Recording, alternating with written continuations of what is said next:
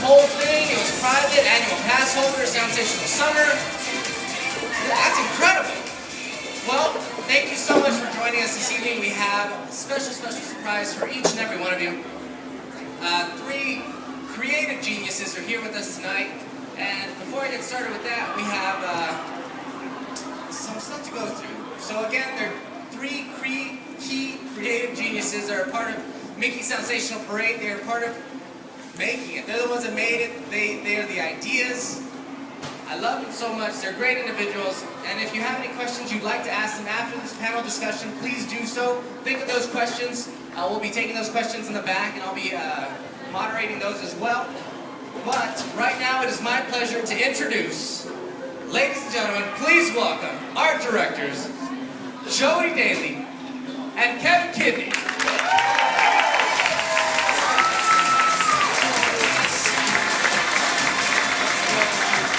And this panel will definitely not be complete without senior show director. Uh-oh, here we go, John Addis!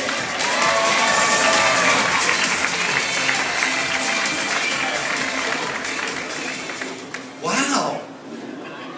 Cool. How is everybody? So, what was it like seeing the parade at night? Was it pretty cool? You know what? This was one of the first times we've seen the parade at night since we did rehearsals way back when, because we can only rehearse at night. And so we snuck out. We weren't supposed to be out there, but watched the parade tonight. And boy, it looks great. It looks terrific. I have to start by saying there's a certain someone that really wanted to be here tonight. And his name is Stephen Davidson. And Stephen was the creative director for the parade. He also did that little show across the way called World Color. So he is in Paris this week. I know. Poor Stephen. But he asked me to tell you that he really wishes he could be here and tell you how much he appreciates all of your support for the parade, because without you, it just doesn't happen. All that cheering and screaming and all that kind of stuff. How the parade came to be. Well, it all came from Stephen Davidson's mind.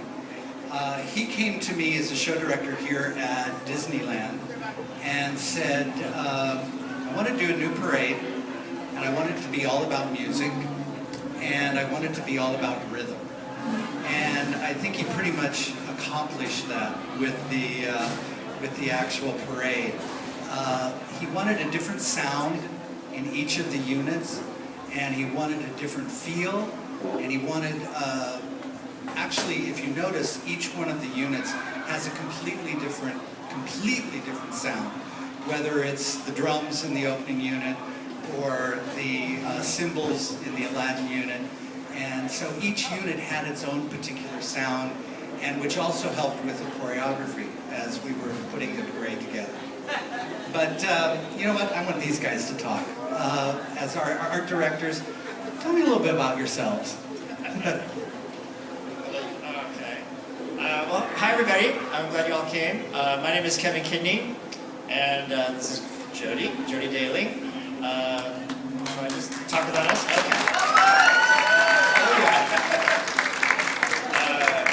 Okay. Let's see. Well, about ourselves. Well, we both have worked for Disney for many years. I actually started back at Disneyland as a Jungle Cruise skipper back in the 80s. Did you know that? I did not know that.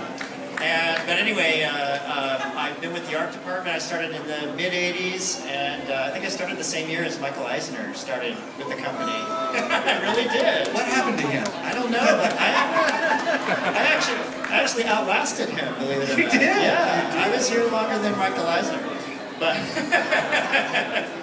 anyway, yeah, we will.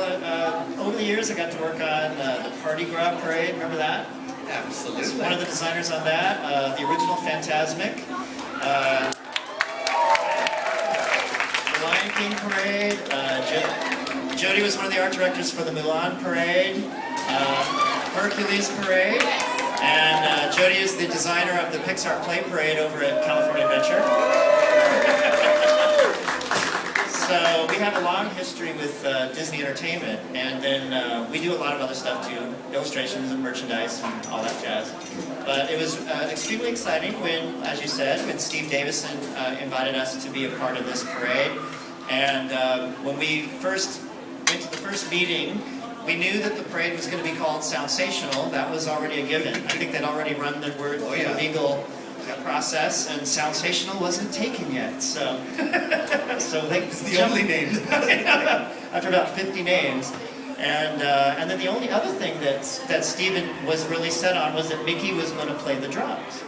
And pretty much after that, it was kind of a little bit up in the air as to what was the rest of the parade going to be. So we knew that music was a big part of it, and Steven wanted to have a lot of different types of music. So Jody and I and Steven and everybody, we all just sat down and started writing out all of our favorite Disney films that had different types of music. Like the first one that came to our minds was the Three Caballeros. And I thought, boy, if we can get the Three Caballeros into this parade, that will be a huge win. And they all went for it. It was never any question. And I thought, well, this is great because we had actually seen Panchito and Jose Carioca here at Disneyland since, I believe, the Mardi Gras parade. Exactly. And it was a big deal to have them back. So that was really exciting. And musically, how could we not use it? Right. It's perfect. It's perfect. Right. Those of you who love that movie as much as we do, every time I hear that, there's like one little snippet in the Three Caballeros part of the parade where you hear Bahia, Bahia, da da da da da da da da da. It's so exciting. I love that. I just love that they were able to fit that little song in there. Well, and Mark Hammond did the music for the parade. He's a gentleman who lives in Nashville and has done a number of things here at the resort and literally around the world. He did the magical fireworks show with us. But it was thank you. It was a very strange thing when you do a parade for the first time. When you're watching it, you don't realize that every one of the units is exactly the same length, and they have to play out the certain Soundsational opening has to be the same length, and then all the different songs that are in between can be a different length. But when you get back to the certain melody, the Soundsational theme, everything has to time out exactly. Well, this gave Mark fits, but I think he did an amazing job. It really is truly a creative genius that can make 9 units that cohesive, playing all that different music and letting it all come together and sound so great. And also with Mark, we had a gentleman by the name of Tim Davis who did all the vocal arrangements. The vocals in the parade sound a little different than a lot of the parade things that we do. Tim is from Glee. He does a lot of the arrangements for Glee. So listen to the parade again, and you're going to hear some of those harmonies that you'll go, oh gosh, that sounds like that came from Glee. It did. So we should talk about some of the hidden little surprises that are in the parade. You should.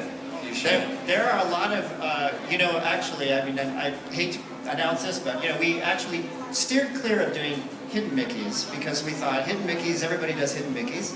We thought, let's hide other things that have meaning to Disneyland past or Disney movies or sound or Disney music, things like that. And so there's a lot of cool little details that we purposely put into each of the floats that represent something important to Disney, and that not everybody sees them. You can still enjoy the parade as it goes by, but there are those of us who get really excited when we see the owl from Toot Whistle Plunk and Boom on there.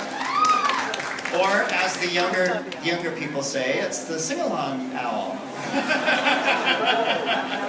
Yeah, it's the sing-along owl, that's right.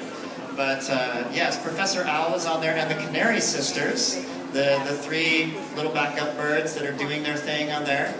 They're doing choreography. I love it. Yeah, that's great. Yeah. And also, how many of you have spotted Evinrude? Wow, not many though, a few. But how many people know who Evinrude is? Okay.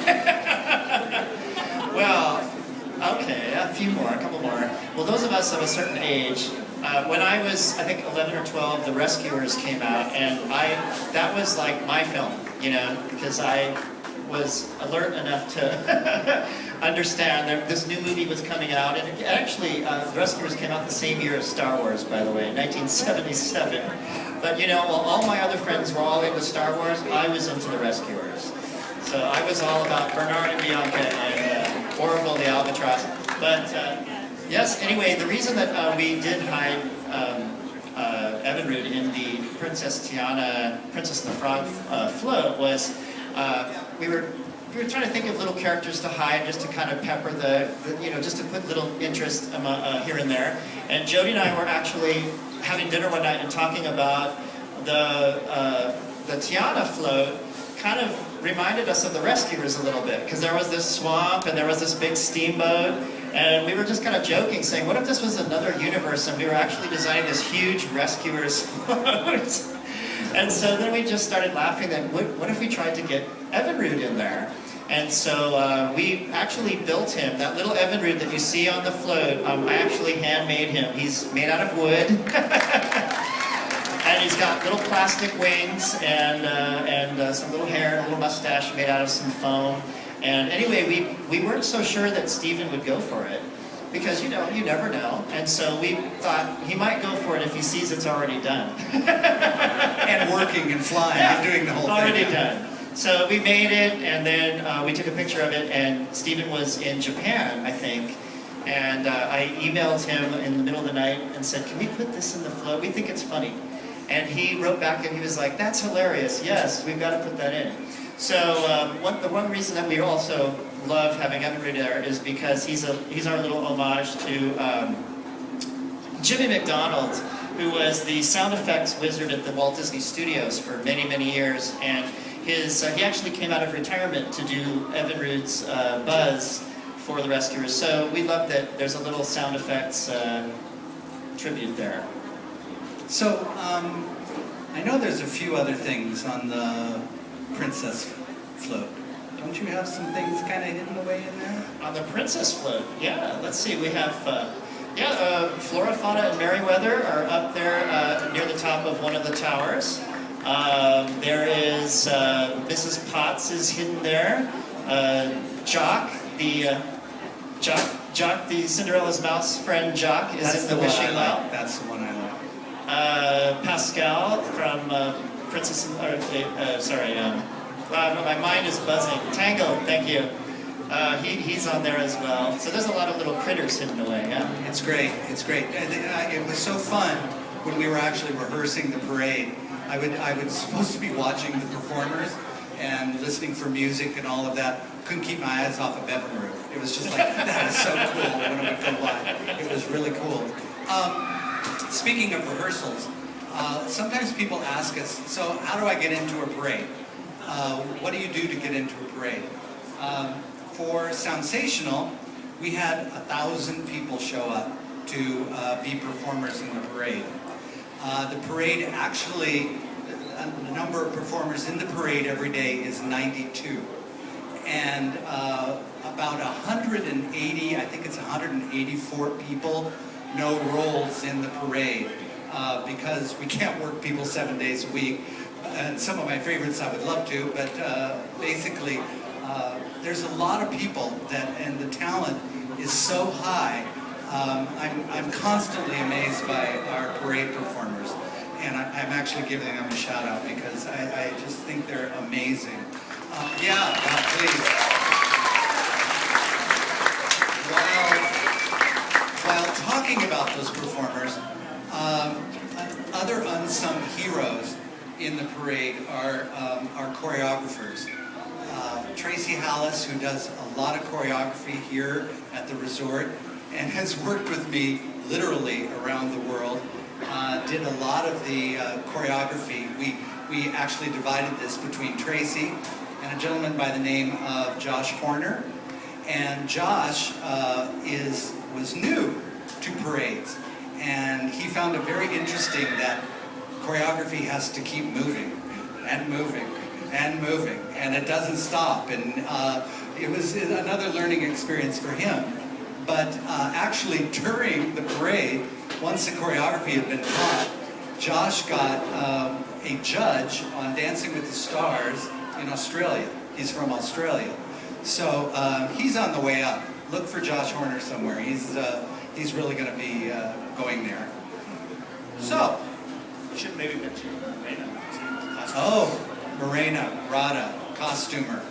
Can you believe those costumes?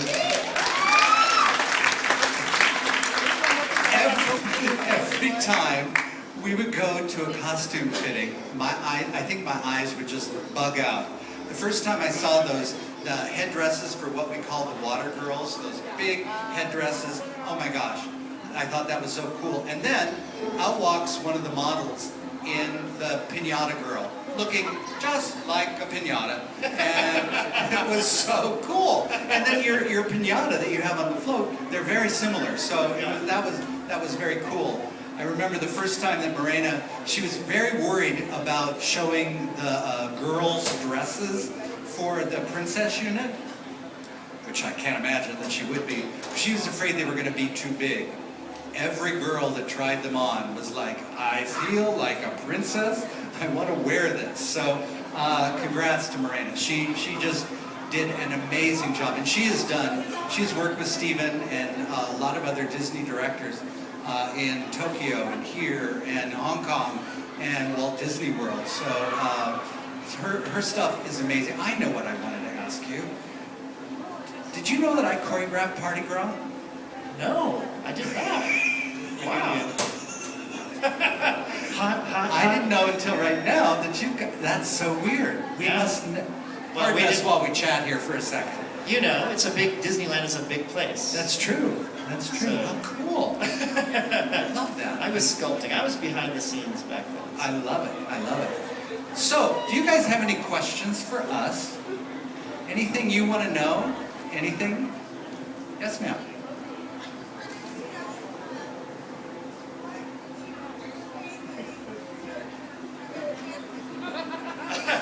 For those of you who don't know, we had a few little cockroaches that went across the stage a minute ago. We were all pulling our toes up. Ew, I missed it. You did, yeah. You missed it. You missed it. That's not a good question. Wait a minute. We didn't pay them anything to do that. They're after the French fries. Animatronic. Yeah. It's animatronic. Yeah. Disney Magic. John, Kevin. Each one of those roaches is like $200,000. Actually, anyone that has a question, Renee has a microphone. Hello. So that we're able to hear Renee. you. All right, so we have a couple of mics. One's over here by my buddy Matt. Here he is. Hey, So one is here, and I'll kind of go back and forth between everybody up at the front, and then I'll take one in the back. If you have a question, feel free to line up at this microphone here, and we'll get those questions answered. And here at the front, I'll Here's start with somebody, Joe. Renee. Yeah, perfect. Excuse me. Hold on. Here we go. Horses. How did you come up with that idea of them floating up and down like that? Great question. Let's see. Jody and I are big bicycle fans. I actually got rid of my car last year forever, and use other people's cars or public transportation, but mostly my bicycle. My bicycle is really our thing, and Jody and I we're hardcore bicycle guys. So we thought about how to get Mary and Bert to actually ride up Main Street on their carousel horses like they do in the Jolly Holiday scene. And we were trying to think of, wow, it would be really cool if we could get these horses to do that. And then it just sort of naturally went to bicycles, and we thought, let's just do these really cool bicycles that are also carousel horses with the brass pole and the whole thing, and if we could get them to actually go up and down as they go down the street, that would be really awesome. So we were working with a guy in Portland, Oregon named Michael Curry, who's pretty famous actually. He does a lot of stuff with Julie Taymor. He worked on Lion King, the musical on Broadway. He does a lot of incredible puppet type of stuff, and so his studio built those bicycles off of our designs. And the day that they arrived, remember? The day they arrived at Disneyland and we got all the bubble wrap off of them and had them set up backstage, we all wanted to go on a ride. And we decided it was like the best ride at Disneyland was to get to E-ticket. It was totally e-ticket. We all had to do it. We all had to do it. But you also notice on that same Mary Poppins unit, the whole unit is pulled by a bicycle. The fox hunter, also from the Jolly Holiday scene, is that distinguished old gentleman with the monocle who is pedaling that penny farthing, which, you know, penny farthing is the old-fashioned bicycle that has the giant wheel and a little tiny wheel in back. So yes, that was in keeping with our bicycle theme. This, by the way, not all of you can see this, and we're going to take these out there later, so if you might be able to come up closer and see them. But this is a paper model that I made of this guy. Most of our models that we did for this parade were made out of paper. Steve Davison really wanted to have a different kind of a look for the Soundsational Parade. You know, if you think about traditional Disneyland parades or Disney theme park parades, a lot of the floats are very big fiberglass monstrosities, you know, and they're kind of this big wall of stuff. So we decided we wanted to do something that was a little more open, a little more thin and delicate, a little more airy and lyrical, that kind of felt like sound, and allowed a lot of negative space in between these big solid masses. So paper seemed to be a natural way to do it. Of course, our floats are not really made out of paper, because if it was raining, everything would melt. But the groups that we were working with, the artisans who built the floats, were amazing. They had my little paper models, and they took their patterns off of them, and then they built everything out of plastics and fiberglass, metal, you name it, all kinds of stuff. But it looks like paper. Which I love, because it really looks like a pop-up book to me. The floats look like you could just open up a book and it would pop out. We have a question back there? Yes, go right ahead. First of all, amazing parade, probably my favorite parade since Electrical Parade. But anyways, I noticed that stylistically there's kind of almost a steampunk thing going on, particularly the Mary Poppins float, kind of the whimsical gears and everything, and it's brilliant. So I wonder if you could speak to that, and then also what is your creative process and where do you start when you have something as broad as sound? Okay. Wow, I think it looks very steampunk too, actually. It wasn't really, we didn't think steampunk. Yes, we have a steampunk, people representing steampunk right up here. Yeah, actually, the Mary Poppins float, if you'll notice, it's made, the gears and everything that you're talking about, if you'll notice, they're actually pieces of mechanical music machines. They are, if you've ever watched a player piano play, or watched a music box go, or a calliope, or some sort of mechanical steam-run music machine, that's what we were really thinking of when we did the Mary Poppins float. So Jody and I, again, are huge old mechanical, you know, we're just into old technology is basically it. So, you know, we have a player piano, we have this old hurdy-gurdy that we show. It was a big inspiration for the Mary Poppins float. You know, you turn a crank and all the gears go, and it produces music with like a piano, and everything moves. And there's a lot of great kinetic activity that's pretty interesting going on. So we thought, let's just explode that up, make it really big, and do a whole parade float that looks like it's a big mechanical music machine. And there's also steam involved in that too, because the trailer unit on that is the chimneys. And all the chimneys are rigged up to spout steam. So there's a really nice effect of all the pipes and the penguins that are sort of dancing on the keyboard and the carousel going wild, and then you've got all the steam coming out. It's really, really cool. I love that. The first time that we got to see that float turned on and everything was just going wild, I thought it was going to blow up. It was just so great. It was just great. There was no music or anything, but there's this natural rhythm to the motors, and when everything's turning, it's like, and it's just so neat. I really loved it. That's fantastic. It kind of shows the collaboration that has to go into doing a parade.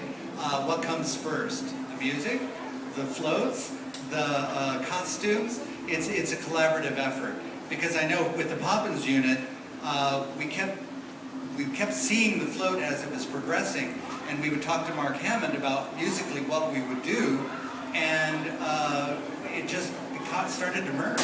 We would hear that it was this machine-like thing that was going to do this, and there's going to be steam coming up, and chimney sweeps, and this and that, And I think it all came together. There's one other thing too I forgot to mention is that if you remember in Mary Poppins, we first see Bert as a one-man band. And that was another thing that, that whole carousel at the bottom of the carousel, you'll see it's pretty much Bert's one-man band. The drum stick is pounding and there's the cymbals and all that stuff. It's like a mechanical one-man band. So a lot of things. I mean, we just sit down and the first thing we do is watch the movies again and try to find things that inspire us. Let's have another question. Thank you. Question up at the front. Anybody? We will go back to the microphone. First of all, love the parade. Love it. It was so great having it here tonight. It was great to see that night. Thank I'm you. wondering if you could answer a question that's been puzzling my friends and I. In the Aladdin section of the parade, there's a woman in this beautiful gold outfit. What does she represent? Some of my friends say lamps. We leave that to John. She actually has gone through many different incarnations. We actually, her title in the cast book is Coin Girl. So obviously she started out we were going to have coins that were all over her because we wanted to have a sound, back to Soundsational. So when Marina took a look at it, she was like the coins kept catching and they would tear off.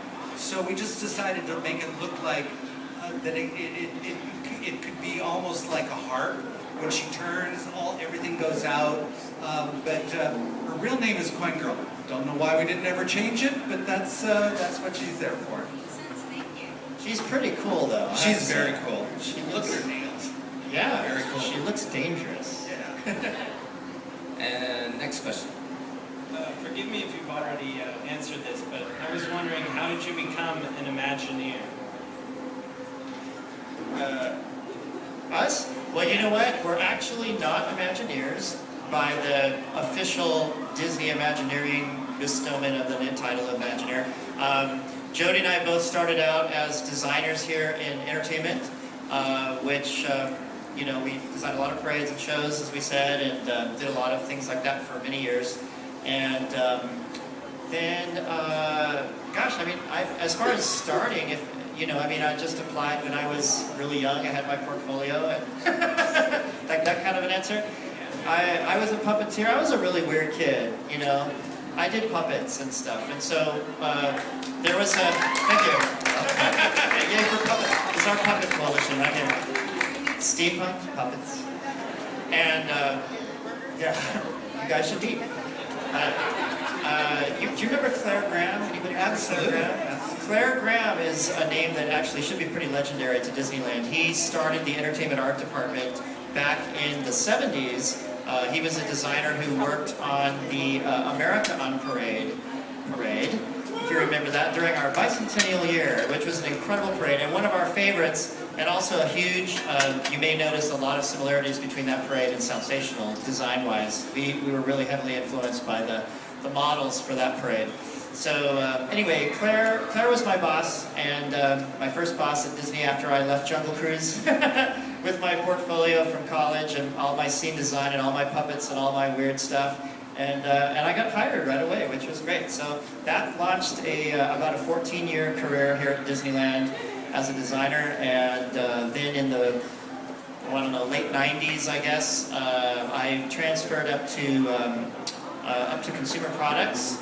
And Jody also followed. We became designers of merchandise and collectibles, and we do a lot of that kind of stuff. And but we still, from time to time, get to do theatrical stuff. So that's kind of my story, and that's Jody's story too. Thank you. And he's sticking with it. We have time for 2 more questions. Hi, I just wanted to thank you for the amazing parade, and I wanted to know how you decided what order to put the units in. It kept changing. Actually, that's a great question because we went through so many different orders putting this parade together. I really don't know. Because we would try when we were rehearsing the forecast. We'd be okay. Now the Aladdin unit, you're going to be behind the Princess unit, and we would just try different things. A lot of it, and I give Stephen credit for this, is tonally and sonically, the way the parade flows works really, really well. So that you have that big splash of the drums in the beginning, and then kind of the cymbals, and then the aerial, and then as you work your way back, suddenly you've been like this, and then suddenly you get that rest with the princess unit, kind of the palate cleanser. And then you start building back up again to the Mary Poppins unit. The music from Mary Poppins, we always knew was going to be the finale. Just too good to pass. Everyone knows it. It's classic. You know, if we had ended with Princess and the Frog, it would have been a very tall float for the ending, which sounds like a good ending, but it's a newer film, and not everyone knows it. It hasn't had that time to mature and become that sort of classic in all of our hearts, even though I'm sure it will be eventually. But Mary Poppins is loved by older people, younger people, with the musical out on Broadway and everything. Everyone knows Mary Poppins right now, and it just seemed to be the one that would send everybody out, you know, singing. I told them, I asked Stephen, did he know that Lion King 3D was coming out? Because all of a sudden it was like, oh, that's why you put Lion King in there. I get it. You know what? Something that you might not know about the parade, the tempo. The tempo is the same in each one of the units. Some of the units are halftime, some of them are in the regular tempo, but this is one of the fastest tempo parades we've ever done at the park. I don't think there are any other parades that have done this many beats per minute. So it kind of lifts you. That's what I love about it. The cast is running down the street, but it lifts you, and I think it lifts the guest with the feeling and the flavor of the music. I have one tiny little story, very small. The parade opened on my birthday this year, May 27th.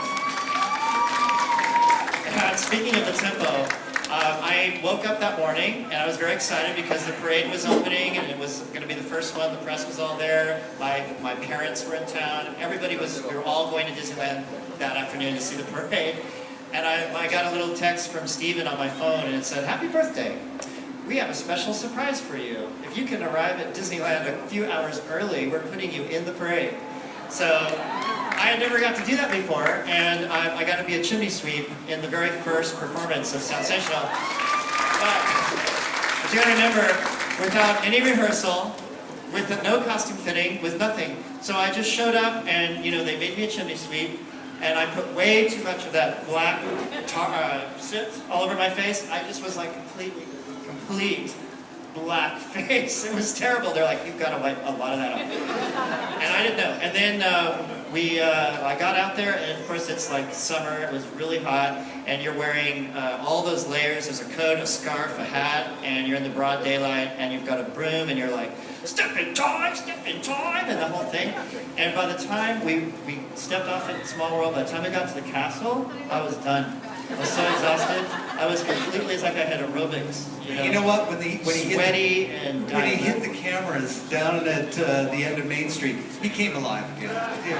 Barely. I thought I was going to pass out. It was so hot. And it was hard. It was hard. I have a lot of respect for those dancers. Oh, absolutely. But they're also half my age. So they have an advantage. But anyway. Last question. All right, final question. Okay, hi there. Actually, I have two questions. One of them is Mickey Mouse really playing the drums in the parade? And number two is, does Jody talk? I'll answer the first one. Oh, you answer both. Yes and no. Good final question. Excellent final question. So, everyone, we have a special treat for everybody. We've pulled the floats, some of the floats, out on Main Street right now. And we're queuing people up, and you can take photos. We have lights, the parade lights on them, and the characters are there. Actually, the dancers, performers are there. And Jody and I are actually, you may notice we brought some of the paper models. We're going to actually hand carry them out there, and you can take pictures of them and see them, and which is kind of cool because nobody ever gets to see these things. And one other caveat, and this is the show director in me. because of our power system on the parade floats, because we've done a few trips up and down the parade route today. The floats are going to be pulled out, but we have to turn the lights off. We'll have the parade lights on them, but our batteries in our floats last only a certain amount of time because the floats are so heavy. So enjoy it. You're going to get a chance to actually take a picture of the float in the center of the street, like it's coming at you. So it's pretty cool. That's pretty cool. So thank you, everybody. Thank you very much for coming. We'll see you out there. Jody, Kevin, John, thank you very, very much. And a special thank you to all of you for joining us today, as well as a very, very special thank you to all of our special events cast members who are keeping this absolutely brilliant. So thank you all very much again and again.